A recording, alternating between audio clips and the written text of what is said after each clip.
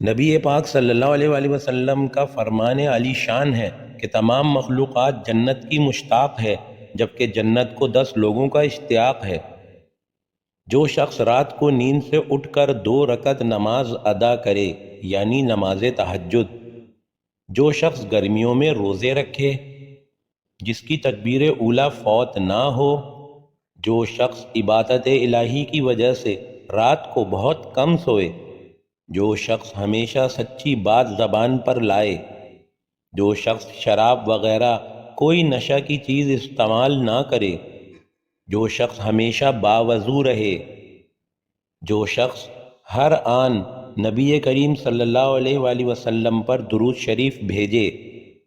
جو شخص اپنے گھر والوں اور اولاد کے ساتھ رحم اور شفقت سے پیش آئے۔